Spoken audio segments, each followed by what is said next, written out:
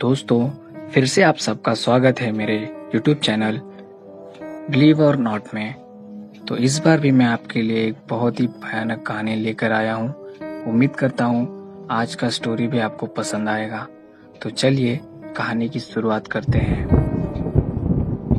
किसी शहर में एक बंगला था। बंगला बहुत पुराने समय का बना हुआ था। पिछले 18 वर्षों से उसमें कोई नहीं रह रहा था। चाहकर भी लोग उसमें नहीं रह पाते थे। उसमें रहने वाले लोग या तो 24 घंटे से पहले उससे बंगले से निकल जाते थे या फिर उसकी लाश वहां मिलती थी। बहुत खोजबीन के बाद भी यह कभी पता न चल सका कि आखिर उस बंगले में रहने वाले लोग की लाश क्यों मिलती है। अगर लाश नहीं मिली तो लोग क्यों इस बंगले को छोड़कर चले जाते हैं। यह रहस्य ही बना है। एक 28 वर्षीय हट्टा कट्टा नौजवान था। उसका नाम अश्विन परमार था। वो बहुत मजबूत होने के साथ साथ बहुत ही बहादुर भी था। अश्विन परमार को जब बंगले के बारे में पता लगा तो उसने ठान लिया कि वो इस रहस्य का जानकारी निकाल कर रहेगा और इसके बारे में पता लगा कर रहेगा। क्यों लोग इस बंगले में नहीं रह पाते। मजबूत इरादे के साथ उसने बंगले में रहने की पूरी तैयारी की। जब वह बंगले की तरफ कदम बढ़ा रहा था तभी बंगले के मुख्य द्वार पर एक अनजान व्यक्ति ने अश्विन को रोक लिया। कहा, सुनो भाई।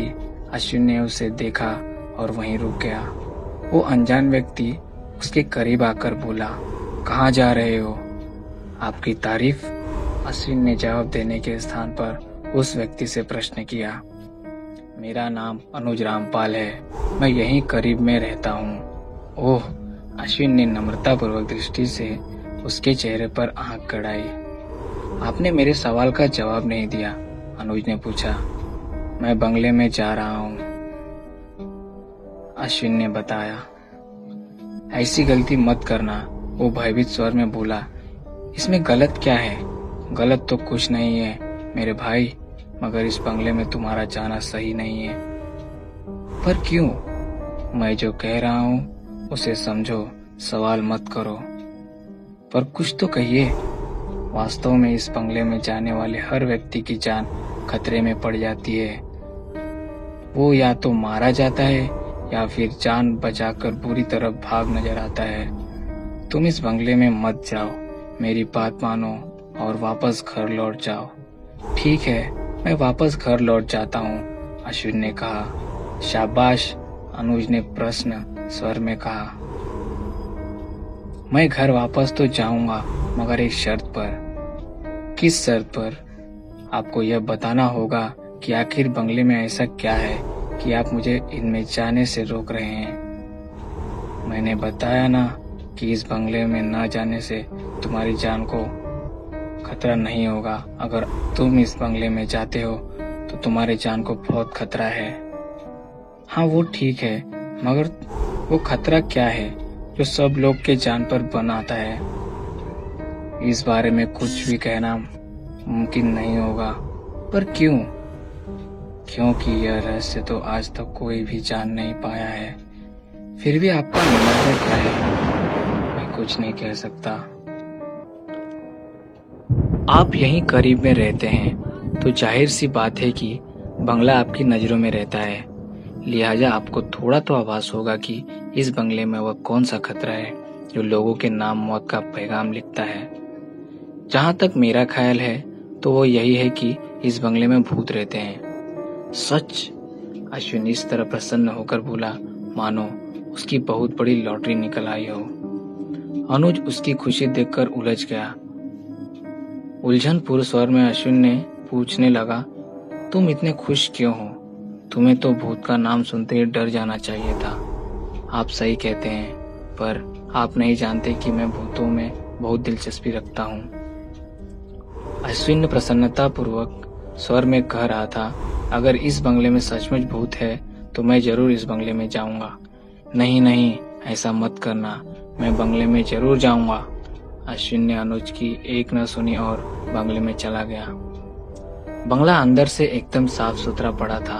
अश्विन ने अपने बैग एक तरफ रखा और चल दिया बंगले का चप्पा चप्पा छानने। पूरा बंगला घूमना उसे बहुत पसंद आया। वह पूरे बंगले में चारों तरफ घूमा, परंतु वहां उसे कोई नहीं मिला। वह ड्राइंग रूम में आकर सोफे पर बैठ गया। वहीं बैठकर उसने 2-4 पैक ड्रिंक लिए। तभी कमरे में जल रहे 8 बल्बों में से एक बल्ब जलने बुझने लगा। रात का समय था। अश्विन ने बल्ब पर खास तौर से ध्यान नहीं दिया। अचानक दूसरा बल्ब भी जलने और बुझने लगा, फिर तीसरा भी और फिर चौथा भी। इस तरह एक एक कर 8 बल्ब जलने बुझने लगे। अश्विन यह देखकर बहुत हैरान हो गया। यह दृश्य देखने के बाद अपनी जगह से उठ गया और पूर्ण रूप से सतर्क हो गया।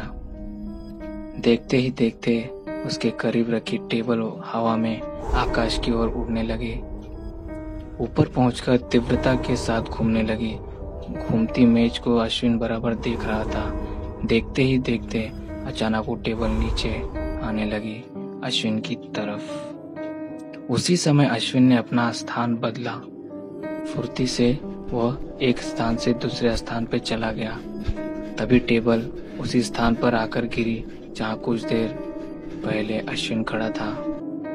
टेबल गिरते ही टूट गई। अचानक सोफा सीट तीव्रता के साथ अश्विन की ओर बढ़ी। वह शीघ्रता के साथ उठा और इसी के साथ उसने लंबी जंप मार अपना स्थान बदल दिया। सोफा दीवार में जाकर टकराया। फिर दूसरा सोफा अपनी जगह से हटा। वो हवा में उड़ रहा था और अश्विन की तरफ बढ़ा। वह झट से नीचे बैठ गया। फलस्वरूप सोफा उसके सर के ऊपर से गुजरा। अश्विन बाल बाल बच गया। फिर अचानक वातावरण में शांति छा गई। हर चीज अपनी अपनी जगह पर जमी रही। अश्विन ने चारों ओर सतर्कतापूर्वक दृष्टि घुमाई। फिर बुलंद आवाज में बोला, तुम जो भी हो सामने आकर बात करो। तभी एक परछाई उसके सामने आ गई। अश्विन ने परछाई पर नजर डालते हुए कहा, कौन हो तुम? तुम्हारी मौत डरावनी आवाज में कह गया। पर मुझे क्यों मारना चाहते हो? तुम्हारी गलती की वजह से। कौन सी गलती? इस बंगले में आने की। पर तुम इस बंगले में किसी को क्यों नहीं रहने देते? क्योंकि मैं इस बंगले को किसी कीमत पर आबाद नहीं देखना चाहता। वो क्यों? क्योंकि आज से 18 वर्ष पूर्व इस बंगले के मालिक ने मुझे यहीं पर जान से मार दिया था। उस दिन से आज तक मेरी आत्मा इस बंगले में भूत बनकर भटकती है। मैं किसी को इस बंगले में नहीं रहने दूंगा, क्योंकि इस बंगले में मेरी मौत हुई थी। इसलिए इस बंगले में हर उस व्यक्ति की मौत होगी जो यहाँ आएगा। मैं तुम्हारी असली रूप में देखना चाहता हूँ, अश्विन ने कहा। तुम्हें खत्म करने से पहले मैं तुम्हारी इस इच्छा को अवश्य पूरा करूंगा, भूत ने कहा। इसी के साथ उसकी आंखों के सामने खड़ी परछाई ने बहुत डरावना रूप अपना लिया। इतना डरावना कि क्षण भर के लिए तो अश्विन भी डर गया था, मगर अगले ही पल उसने खुद पर नियंत्रण करते हुए अपनी पेट की जेब से सफेद पाउडर मुट्ठी भरकर निकाला और उस पर डाल दिया। उसी से भूत के अंदर आग की लपेटें उठने लगी। चीखते तड़पते और मचलते हुए भूत वहीं जलकर खाक हो गया। अश्विन ने रात की गहरी सांस छोड़ी। तो यह थी आज की हमारी कहानी। तो उम्मीद करता हूँ कहानी आपको पसंद आई होगी। ऐसी और भी कहानी जानने के लिए हमारे चैनल को जरूर सब्सक्राइब करें और देखते रहें बिलीव और नॉट। धन्यवाद।